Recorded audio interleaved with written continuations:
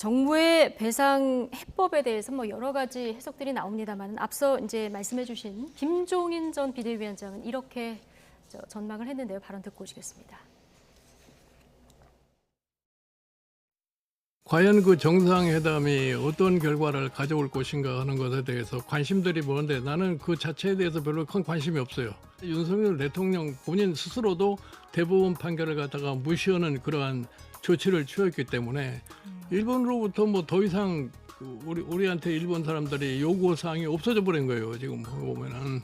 이거부 장관이 우리가 이제 물컵의 절반은 채웠으니 일본이 나머지를 채울 때다라고 얘기했는데 일본이 별로 채워줄 게 별로 없어요. 일본이 사실은 대통령이 방문하면 형식적인 예우는 대단히 잘해줄 거예요. 예. 그러나 실질적으로 일본이 우리에게 줄 수 있는 게 별다른 게 없어요. 네.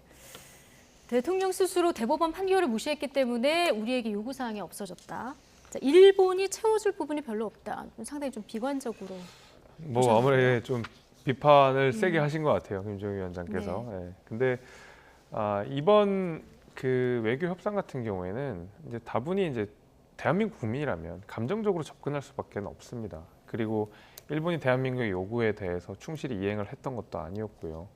그러니까 돈만 1965년 한참 전에 벌써 한 몇십 년 전에 지냈던 그 배상한 돈을 가지고 대한민국 국민들의 마음을 달랠 수는 없는 거니까 김종인 위원장께서도 아마 이런 얘기를 많이 하신 것 같은데 저는 그럼에도 불구하고 우리가 일본으로부터 얻어야 될 것은 전 상당히 있다고 봅니다. 왜냐하면 이 북중러가 서로 공조를 단단하게 하고 있는 상황이고 결국 한미일 동맹이 더 강화돼야 된다라는 데에서는 이견이 없을 거거든요.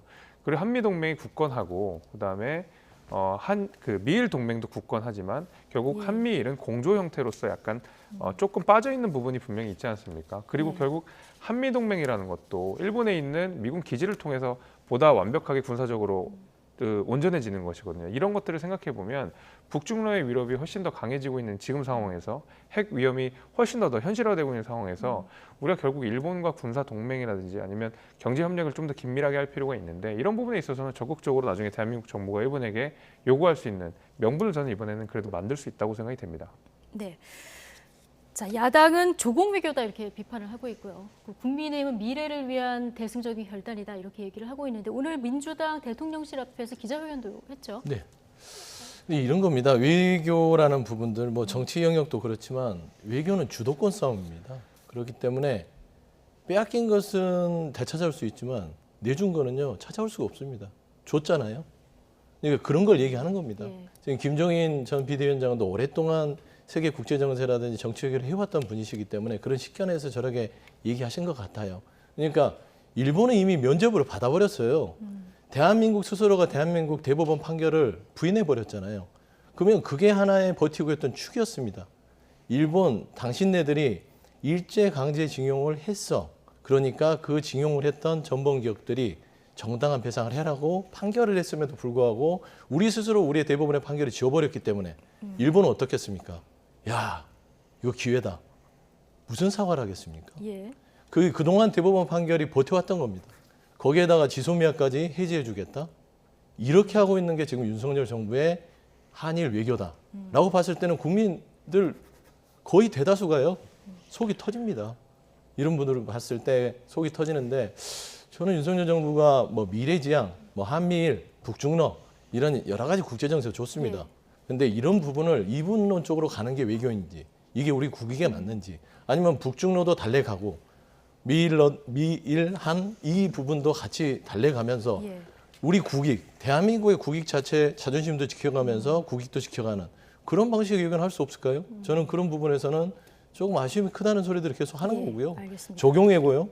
이거는 저희도 주장하지만 국민들 정말 지금 자존심 상해 있다라는 말씀을 다시 한번 드리고 싶어요. 야당이 물론 이렇게 비판할 수 있는데 이런 문제를 또 제기하시는 분도 있더라고요. 근데 대통령 출국 직전에 너무 거친 표현으로 이제 비판을 하는 것은 자제해야 되지 않겠느냐. 민주당 쪽 패널 분이 나오셔서 한 지적입니다. 어떻게 보셨습니까? 심지어 제가 사는 이제 도봉구 지역구에 가게 되면 대통령을 이완용으로 비유하는 현수막들이 좀 걸려 있습니다. 비단 저희 도봉구뿐만이 아니라 전국에 있는 모든 지역에 민주당 현수막이 이렇게 걸어져 있는데 민주당이 비판할 수 있다고 생각합니다. 저 당연히 이제 국민 정서를 고려하고 있고 그것 때문에 여론도 악화돼 있는 사실을 저도 너무 잘 알고 있는데 그렇다고 하더라도 여론이 악화될 가능성을 충분히 염두에 두고 사실 이번 어떤 외교 협상에 나선 윤 대통령을 향해서 나라를 팔았던 이완용과 비교를 하는 것은 저는 민주당이 정치적 금도를 넘어도 한참 넘었다라는 생각이 좀 들거든요. 그래서 이번에 외교적 성과물이 어땠는지 그리고 그 전에 어떤 준비가 있었는지 민주당 입장에는 야당이니까 낱낱이 밝히고 비판할 필요는 있다고 생각하지만 그건 어떤 정치적인 수사로서 매국노로서 대통령을 비유하는 것은 저는 정치적으로도 좀 한참 넘어간 일이다. 너무 과도한 비판이다. 예. 가지고 와서 외교 협상물을 가지고 와서 비판해도 늦지 않을 때 미리 이런 식으로 대통령을 그렇게 비난하는 것이 과연 국민들께 보시기에도 납득할 수 있느냐라는 의문은 전 당연히 갖고 있습니다.